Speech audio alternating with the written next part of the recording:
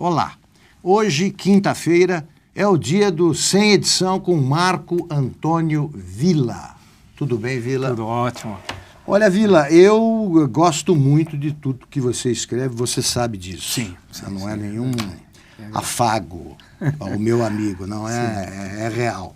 Agora, eu gostei especialmente do seu artigo mais recente, publicado pelo Globo. Foi que dia? Terça-feira. Terça-feira. E que vem repercutindo de maneira extraordinária. Sim. Na internet, em jornais, televisão. Sim. Né? Você foi entrevistado pelo Jornal Nacional. E que trata de um dos aspectos pouco conhecidos do projeto criminoso de poder, que é o do PT, segundo o ministro Celso de Mello, do STF, e do qual temos tratado regularmente aqui. Sim.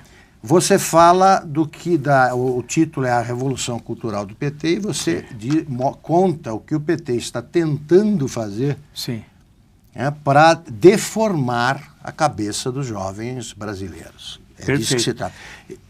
Eu queria que você... Está ali, o artigo, a Revolução Cultural do PT, com a ilustração do nosso Marco Antônio Villa, olhando para a posteridade. Villa, eu queria que você, para quem não conhece o tema, que você dissesse do que você tratou, qual é o tema abordado pelo teu artigo, para a gente começar a tratar em detalhes. Olha, Augusto, veja, o governo, o Ministério da Educação, tem uma base nacional curricular. Estava fazendo clandestinamente uma consulta pública, olha o paradoxo. Diz, inclusive, agora, o secretário-geral do MEC, que já teve 9,5 milhões de sugestões. Conversa fiada.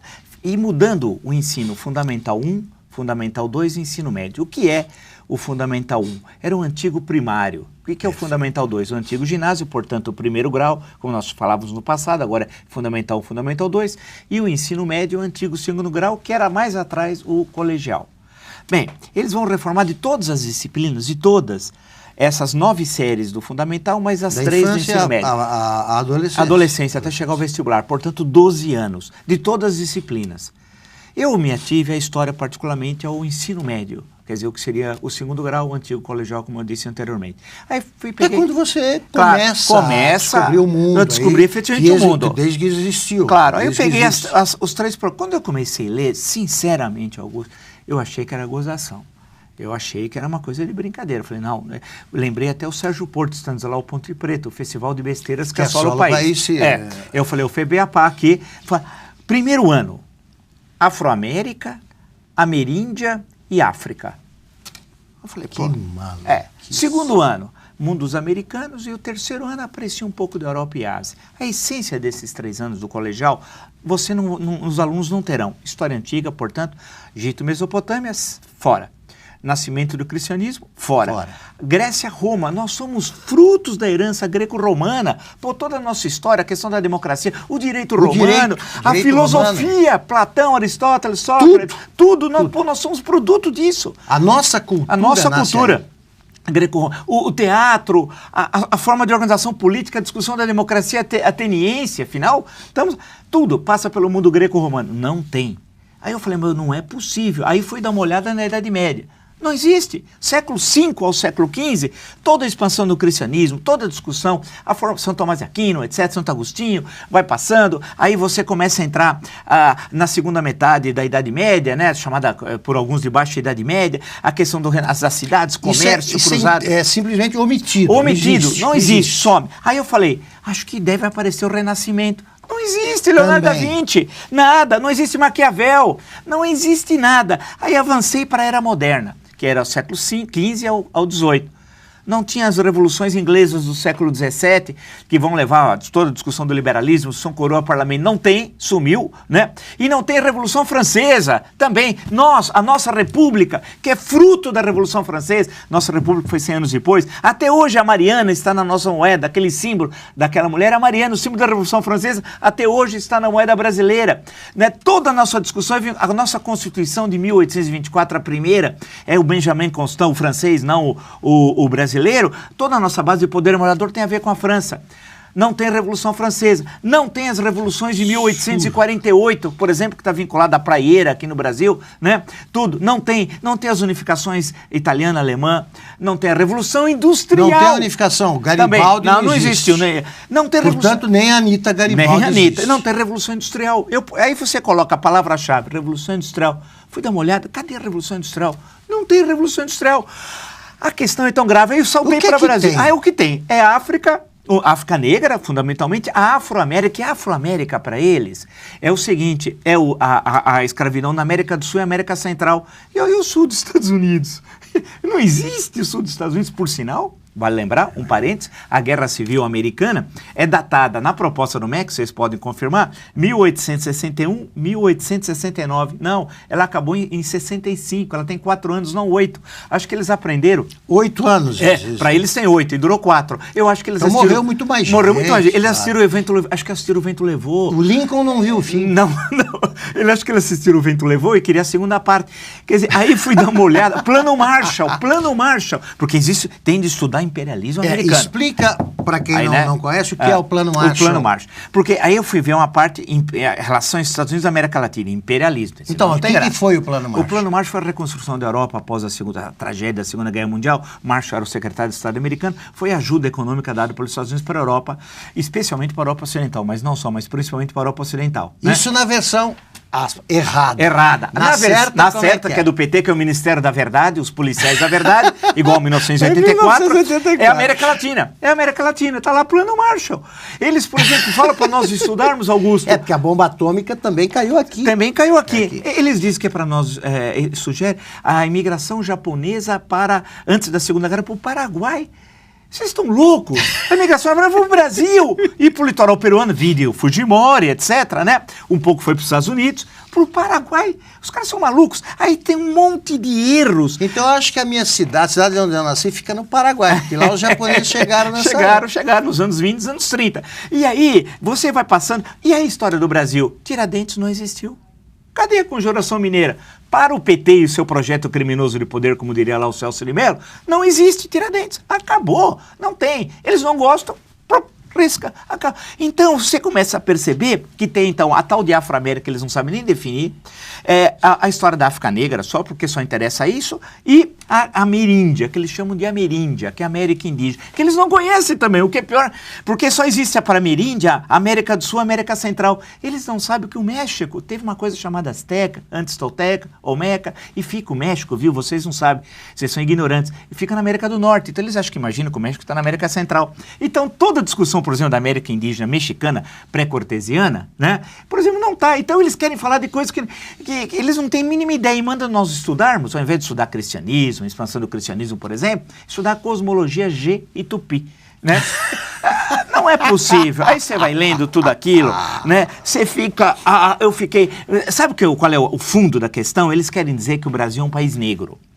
Ou seja, o PT falsificou até as pesquisas do IBGE. O Brasil é um país mestiço. Né? Tem negros, tem os mestiços, tem os brancos e tem os de descendência oriental, né? Mas eles querem inventar um Brasil que não existe e de forma clandestina, chamando de consulta pública. E o pior que o Renato Janino Ribeiro, que assinou, disse agora numa rede social, querendo se contrapor ao que eu escrevi, dizendo que ele não assinou. Eu provei que ele assinou, está na primeira página, a assinatura dele. Agora, se ele quer voltar atrás, são outros 500, até é bom. Né? Agora, assinou sim, seu Janine, seu Ribeiro, o senhor assinou essa proposta. Agora, Vila, me explica o seguinte, em que estágio está isso? Quer dizer, o que você leu é o quê? É um livro, é um projeto, é o quê?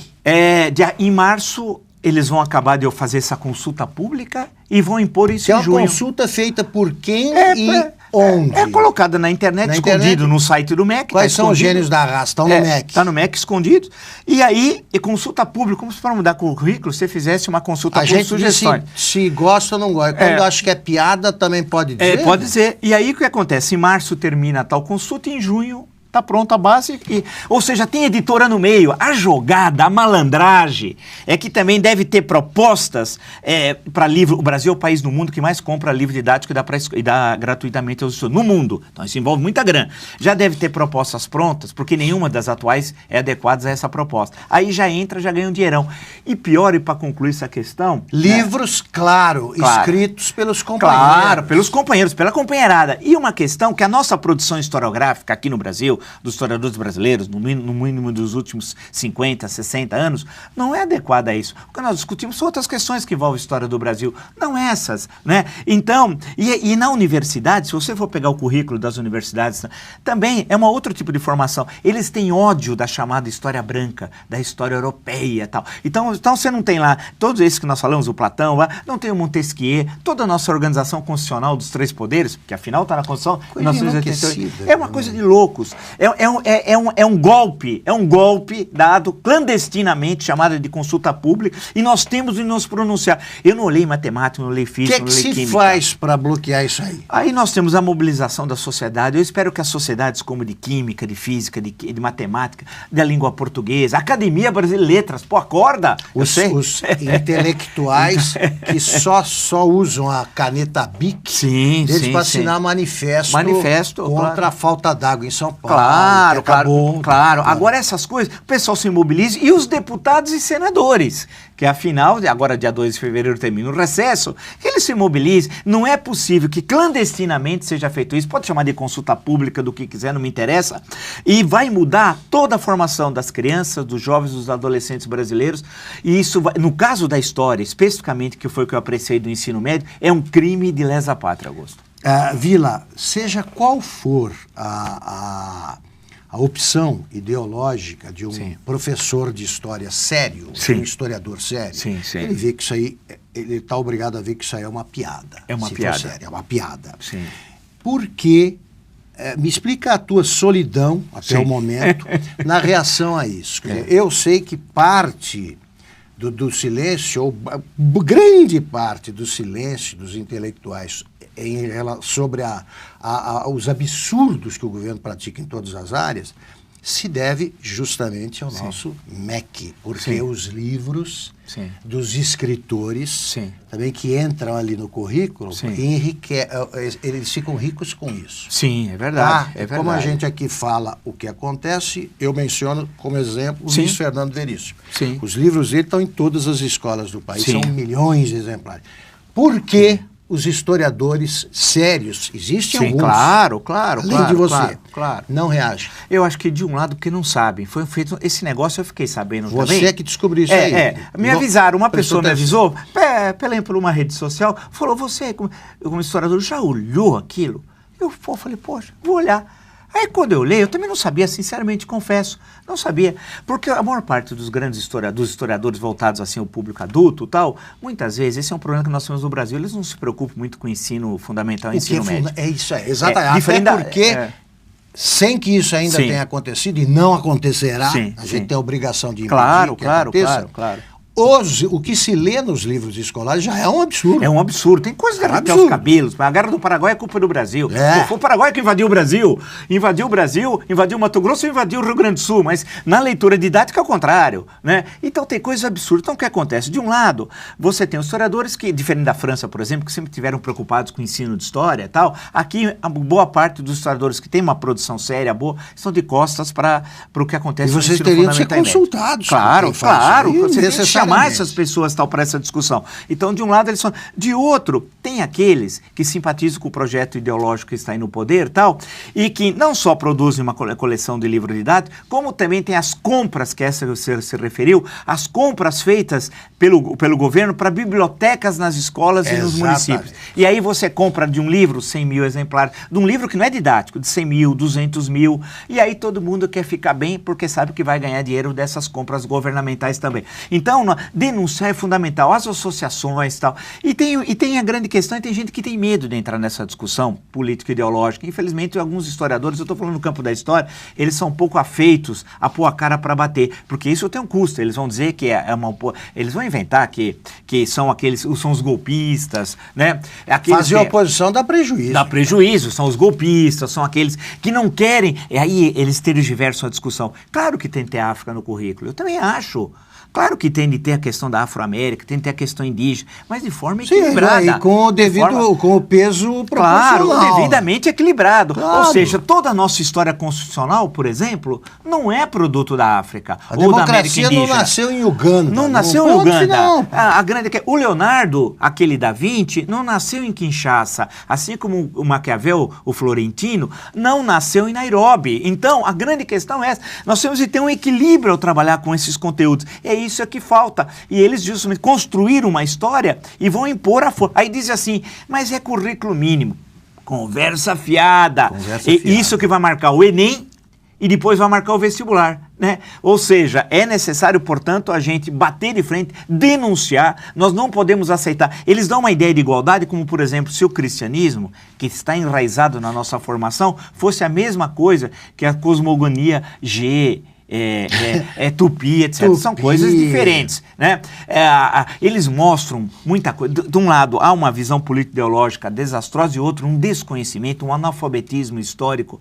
Assim, você fica desesperado. Quando fala em ditadura, por exemplo, eles falam para estudar a ditadura do Pinochet no Chile. Por que não Cuba? Cuba é visto como Cuba é um exemplo de libertação, de independência. Isso aí sim vai merecer vários capítulos. Por exemplo, não tem Revolução Francesa, mas tem Revolução Boliviana de 1952, que para nós tem uma importância. Eu quero saber, eu, por exemplo, sei por obrigação de ofício o que aconteceu em 52 na Bolívia, mas eu queria saber que relações tem com o Brasil. Em que momento alguém no Brasil sabe alguma coisa da Revolução Boliviana de 52? Que isso teve significado no nosso debate político e ideológico, na nossa formação social, em algum momento, né? Não tem nada, mas é a Revolução Sandinista de 1979 também. Agora, a Revolução Francesa, para quê? Para que Montesquieu? Para que Rousseau? Para que Voltaire? Esses não estão. Meu Deus do céu, quer dizer, a Revolução de 52. Na Bolívia. Eu também sei, porque eu gosto. Não dá para formar um time de futebol. É verdade, não dá. Você não consegue. E aí eles falam da Revolução Sandinista, mas lá você não vai encontrar presente o Montesquieu, o Voltaire, o Maquiavel, o Rousseau, o Platão, o Aristóteles, o Sócrates, e o pessoal da Revolução Francesa. Sumiu todo mundo, todo o conceito de cidadania, toda a nossa que vem lá da Revolução Francesa, nós somos produto daquilo. As nossas constituições estão, o positivismo, por exemplo, no século XIX na França, que marca a nossa república e marca até hoje, muitas das ideias positivas estão presentes aí. Tudo isso sumiu. Quer dizer, eles provocaram o desaparecimento de continentes, séculos. Perfeito. Todas as figuras da história com essa importância que você mencionou, é mais ou menos isso. É isso, é uma coisa... O que devemos fazer para impedir que essa tragédia se consuma? Temos protestar através das redes sociais, de falar com os nossos deputados. Tem comissão de educação na Câmara, tem comissão de educação no Senado, né? Vai começar dia 2 de fevereiro, terminou o recesso. Eles se mobilizarem, as sociedades de matemática, física, química, biologia, porque em todas essas áreas das ciências biológicas exatas, há um processo de politização dessas áreas, né? Há erros básicos do estudo de fração, por exemplo, matemáticos já me indicaram alguns desses problemas, tal, né? No campo da geografia, a mobilização da sociedade civil, né? Os professores de história, os professores de matemática, de física, que trabalham no ensino fundamental e médio, tem de colocar os problemas, analisar essa proposta e pressionar. Nós não podemos deixar que em março termine a consulta, essa consulta clandestina, que eles dizem que teve 9 milhões e meio de sugestões, eu duvido, né? E que em junho tudo isso seja pronto. Esse governo não tem legitimidade para alterar de cabo a rabo a educação no Brasil, porque esse governo é capaz que nem acabe o ano, eu espero que não acabe, mas eles vão deixar como herança maldita muitas. Uma delas é mudar a estrutura geral da educação brasileira. Nós não podemos, eu volto a dizer, é um crime de lesa pátria. Nós não podemos deixar que isso seja feito por um governo que não tem legitimidade. Para completar esse assunto, Vila, completar não. Sim. Essa é uma interrupção temporária que voltaremos claro. nas próximas semanas. Isso aí é uma obra que homenageia o tempo das cavernas. Sim, O cérebro dessa turma está no tempo das cavernas. Claro, claro. Agora, a obra, a narrativa vem até quando? Abrange que período? Chega até Lula? Chega até agora, chega até os movimentos sociais. E você imagina quem são os movimentos sociais. Muito mais importante que a Revolução Claro, claro. Chega os movimentos sociais, isso, e chega também a desilusão que a juventude hoje tem com o mundo, a sociedade de consumo, você sabe onde isso termina. Também tem toda a ideia de quilombos, que a gente deve estudar os quilombos antigos, os quilombos atuais também, que eu gostaria de saber onde eles estão, né? Em suma, há toda uma politização, um panfletarismo, uma utilização político-partidária, trazendo essas... Ou seja, você vai transformar o presente da sala de aula num instrumento do Partido dos Trabalhadores. Quer dizer, Vila, isso aí mostra que nós temos ainda alguns minutos, podemos tratar dos assuntos que você achar importantes, mas isso mostra que essa seita, embora agonizante, acha que vai ficar no poder muito tempo. Muito tempo. Se prepara e continua tentando. Porque já é uma maneira de fazer a cabeça aí pelo lado errado dos jovens, como já falamos. Jovens e... É verdade. E de crianças até. Pois bem,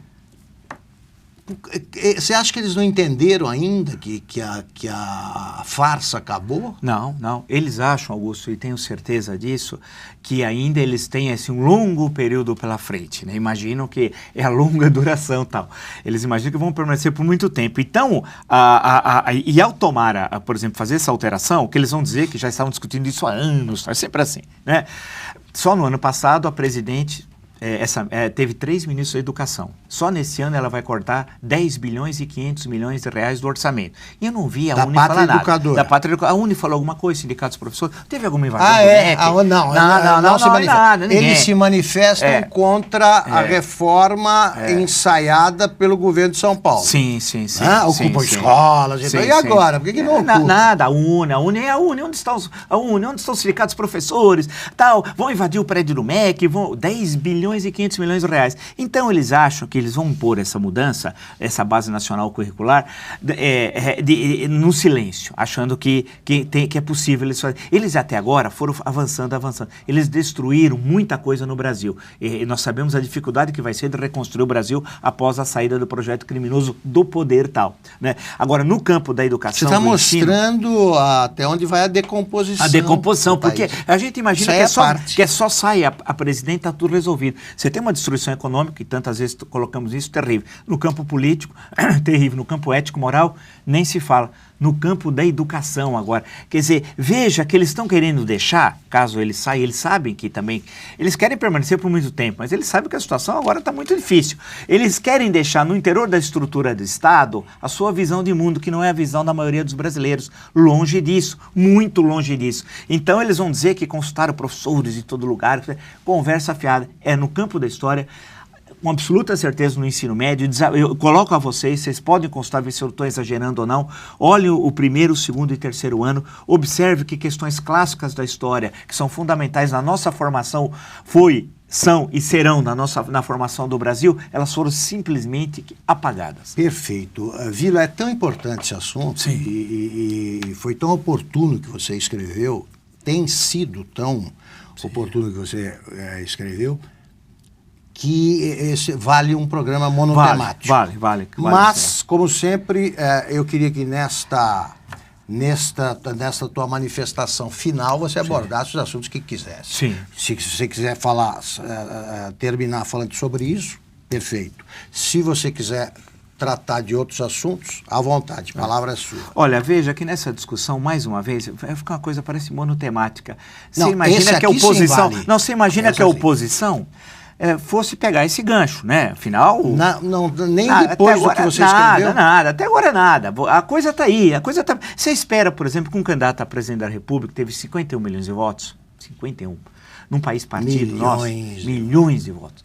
Se eu fosse se pronunciar, falar alguma coisa... Não, você tem um espaço vazio. E esse vazio. número de insatisfeitos cresceu barbaramente após. Hoje nós temos 70% da população quer ver esse governo fora, tal, né?